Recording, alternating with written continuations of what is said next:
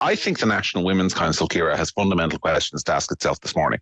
This is an organisation that receives €900,000 a year minimum from the Irish taxpayer and purports to represent Irish women and represent their interests.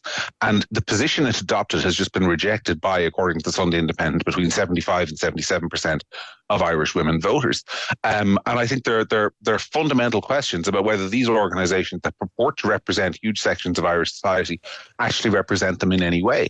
But more fundamentally, I think there are questions for Fianna Fáil and Fine Gael. Sinn Féin's Mary Lou McDonald on Saturday in Dublin Castle said that this was disappointing, a solo run by the government. Do opposition politicians have questions to answer here too? Because for all it's being described as a solo run, as far as I am aware, some independents and Aontú were the only actual political opponents in the Dáil who opposed this. I think that Sinn Féin have fundamental questions to ask themselves. One of the things anecdotally, and this is only anecdote, an anecdote is not data, but repeatedly, the idea that Sinn Féin were going to run the referendums again with different wording if the result didn't go the government's way did not go down well with voters.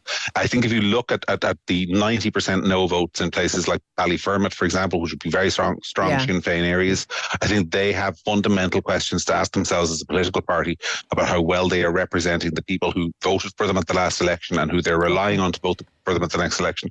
So it's not just the government. I think the entire political class has got to wake up this morning and come to terms with the fact that it's out of step with a huge chunk of the electorate. John, thank you for speaking to us. That's John McGuirk, their editor of Gript Media.